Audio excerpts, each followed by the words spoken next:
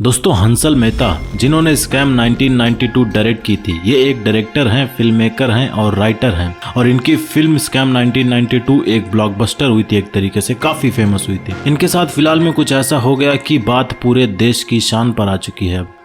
आखिर हुआ क्या दोस्तों? एनाबेल डॉल जो कि फिल्मों में इस तरीके से दिखाई जाती है, जो लोग भी एनाबेल डॉल को जानते हैं उनको भी यकीन हो गया है कि एनाबेल डॉल ऐसी ही दिखती है, पर रियल लाइफ में एनाबेल डॉल ऐसी बिल्कुल नहीं दिखती, टोटली डिफरेंट है। कैसी होगी, can you imagine that? And हाँ, जो भी चीजें एनाबेल से रिलेटेड मूवीज में दिखाई गई हैं, कई सारी चीजें तो उसमें फिक्शनल कैरेक्टर है, रियलिटी कुछ और है।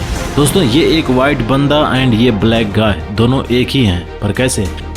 इन सभी फैक्ट्स का जवाब आपको इस वीडियो में मिलेगा, साथ ही और भी बहुत सारे इंटरेस्टिंग फैक्ट्स आज आपको जानने को मिलेंगे। सो वीडियो को स्किप मत करना, बहुत ही मजेदार वीडियो होने वाला है। So without further ado let's get started.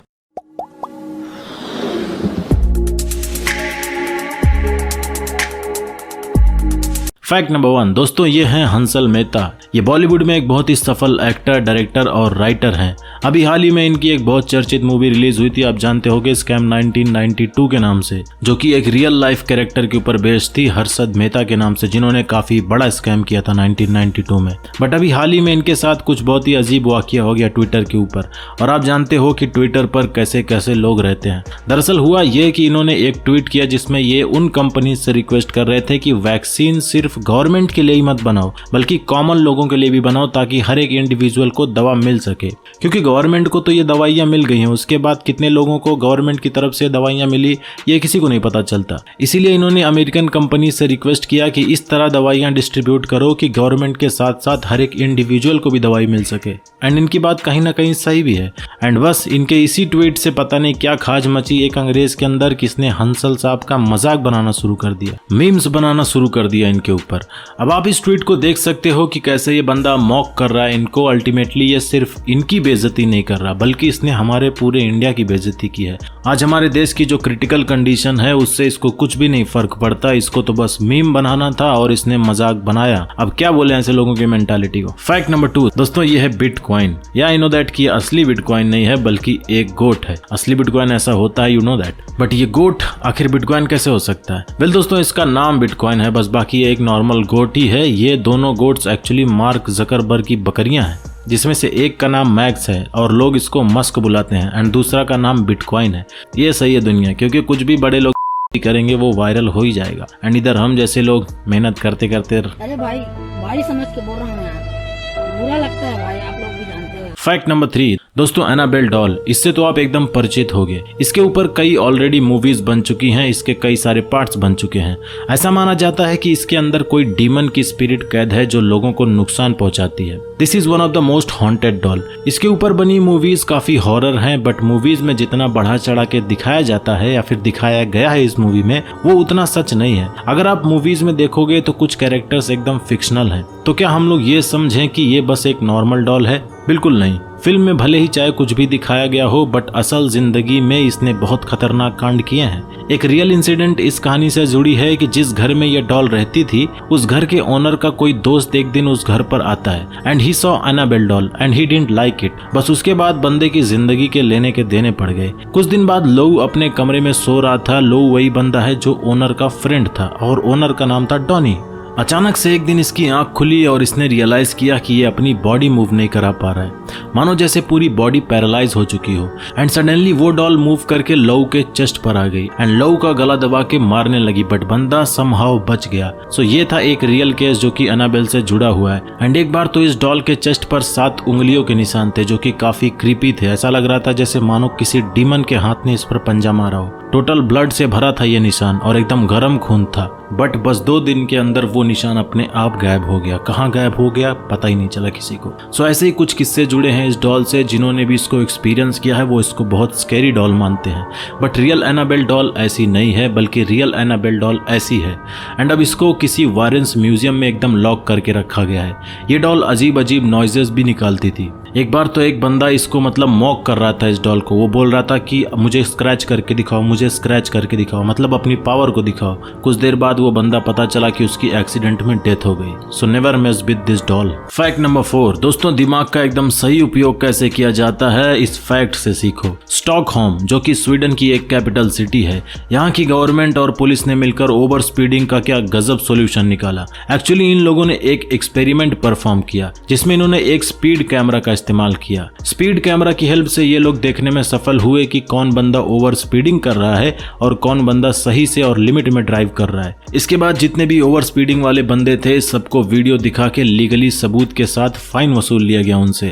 But in लोगों का इंटेंशन था कि ओवर स्पीडिंग को कम किया जाए, इसीलिए इन्होंने स्पीड कैमरा लॉटरी शुरू किया। इसमें होता यह था कि उन लोगों को रिवॉर्ड के तौर पर कुछ पैसे दिए जाते थे जिन लोगों ने भी अच्छे से ड्राइविंग की होती है, मतलब लिमिट में ड्राइविंग की होती है। एंड ये पैसा ये अपनी जेब से नहीं दे रहे थे, बल्कि जो पैसा ओवर स्पीडिंग वालों से फाइन मार के कलेक्ट हुआ था उसी का कुछ पोर्शन ये लोग ऐसे ड्राइवर्स को देते थे जो लिमिट में गाड़ी चलाते थे। इसी को देख के बहुत लोगों ने ओवर स्पीडिंग कम कर दी इस उम्मीद में कि कभी उनको भी शायद पैसा मिल जाए।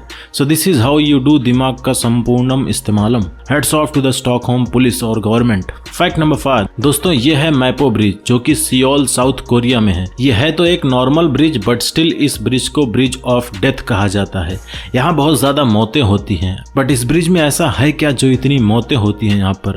एक्चुअली यहाँ पर लोग सुसाइड बहुत करते हैं। This bridge have the highest suicide rate in the whole South Korea and वजह क्या है नोबडी नोज इट। एंड इस सुसाइड रेट को रोकने के लिए इस ब्रिज को एकदम टोटल रिनोवेट करवाया यहाँ की गवर्नमेंट ने, इस इंटेंशन में कि शायद अगर इसको रिनोवेट करा देंगे तो लोग मतलब सुसाइड नहीं करेंगे। एकदम नई नई टेक्नोलॉजी लगा दिया गया यहाँ पर ताकि लोग एंगेज हों और एंजॉय करें। इसका नाम भी बदल के रख दिया गया ब्रिज ऑफ लाइफ।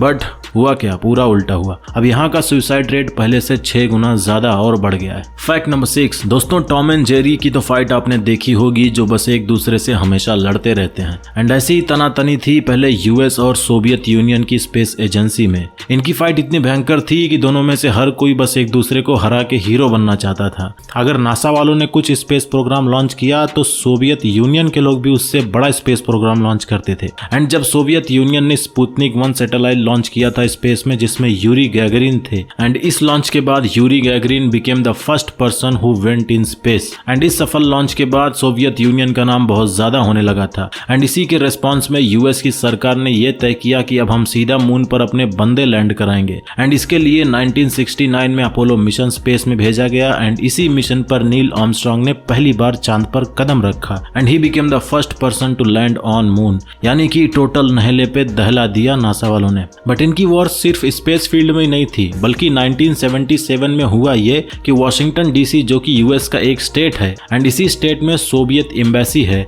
अब सोवियत वालों की कोई चीज यूएस में हो और यूएस उन पर नजर न रखे, ऐसा तो हो नहीं सकता। एंड हुआ ये कि एफबीआई वालों ने एक ऑपरेशन लॉन्च किया, ऑपरेशन मोनोपोली के नाम से। इस ऑपरेशन में ये लोग सोवियत एम्बेसी की बिल्डिंग के नीचे टनल खोदने लगे थे। इनका मेन इंटेंशन था जासूसी करना कि आखिर एम्बेसी में होता क्या है, क्या सोचते हैं ये यूएस के बारे में, इनके प्लान्स क्या हैं वगैरह वगैरह ऐसे ही। इसीलिए इन लोगों ने टनल खोदना शुरू किया। बट इनका ये प्लान एकदम फेल हुआ क्योंकि ये लोग पुलिस थे, कोई कंस्ट्रक्शन वर्कर नहीं। इनको बराबर से टनल खोदने भी नहीं आ रहा था और जो सामान ये यूज कर रहे थे वो सब कुछ इन लोगों ने खराब कर दिया था। एंड बाद में ये बात जब सोवियत को पता चली तो सोवियत ने कहा ये बात हमको पहले से ही पता थी, क्योंकि इन्हीं एफबीआई ऑफिसर में से किसी एक ऑफिसर ने ये बात पहले ही सोवियत को बता दी थी। बट स्टिल सोवियत एम्बेसी ने कोई एक्शन नहीं लिया था क्योंकि उनको पता था कि ये लोग से नहीं हो पाएगा ये चीज। फैक्ट नंबर 7, दोस्तों मूवीज में ऐसे मास्क पहन के होने वाली चोरी को तो आपने देखा ही होगा। It looks totally realistic, but अब रियल लाइफ में भी आप देख लो इसको। ये ब्लैक वाला बंदा और ये व्हाइट बंदा एक्चुअली में दोनों एक ही हैं। पता है कैसे? इस मास्क की वजह से। रियल फेस इसका ऐसा है, बट जब ये बंदा मास्क पहनता है तो ये अलग ही बंदा दिखने लगता है, एकदम टोटल अमेरिकन दिखने लगता है। एंड इसी का फायदा इसने भरपूर उठाया। यूएस का केस है ये, रॉकिम प्रोवेल नाम है इस बंदे का। एंड रॉकिम भाई ने 30 से ज्यादा चोरियां कर डाली इसी मास्क की वजह से। बंदे के अंदर एकदम कॉन्फिडेंस आ जाता था इस मास्क को पहनते ही। इसको पता था कि इतना रियलिस्टिक मास्क है कि किसको क्या पता चलेगा।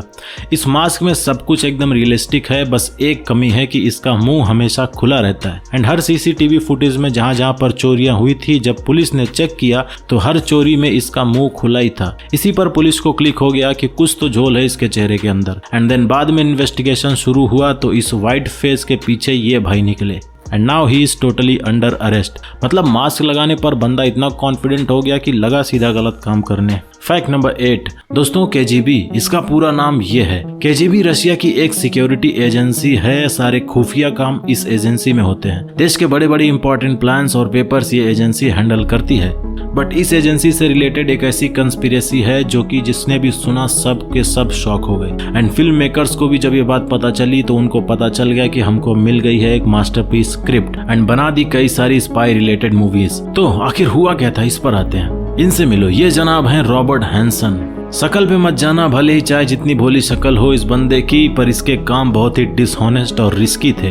वैसे तो ये जनाब यूएस में एक FBI एजेंट थे एंड इनको सिर्फ यूएस के लिए काम करना था because he was American FBI agent. But भाई ने सीक्रेटली रशिया की सीक्रेट एजेंसी KGB से हाथ मिला लिया, यानी कि धोखा दिया अपने देश को। एंड बंदे ने इतना धुआंधार यूएस को चूना लगाया कि यूएस के सारे डॉक्यूमेंट्स और प्लान्स इसने रशिया की इस एजेंसी को बेच दिया। ये एक FBI एजेंट था जिसका काम ये था कि इसको सोवियत और रशियन इंटेलिजेंस सर्विसेज पर नजर रखना था। वो क्या कर रहे हैं, उनके प्लान्स क्या हैं, उनकी सारी इंफॉर्मेशंस इसको यूएस को देनी थी। बट इसने यूएस की अच्छी खासी लगा दी। हजारों डॉक्यूमेंट्स, यूएस का न्यूक्लियर प्लान, यूएस के मिलिट्री में कौन सी टेक्नोलॉजी यूज की जाने वाली है आगे, आर्किटेक्चर रिलेटेड प्लान्स। मतलब कि इस बंदे ने जितने भी यूएस के इंपॉर्टेंट प्लान्स थे, जितने भी सीक्रेट्स थे, सब के सब इसने KGB को बेच दिया। अब यूएस के हर एक प्लान का कच्चा चिट्ठा रशिया के पास था। एंड जब ये बात यूएस को पता चली कि यूएस का डेटा जितना भी है, जितने भी प्लान्स है, किसी KGB कंपनी को बेचा जा रहा है और ये काम कोई और नहीं कर रहा था बल्कि एक FBI एजेंट कर रहा था,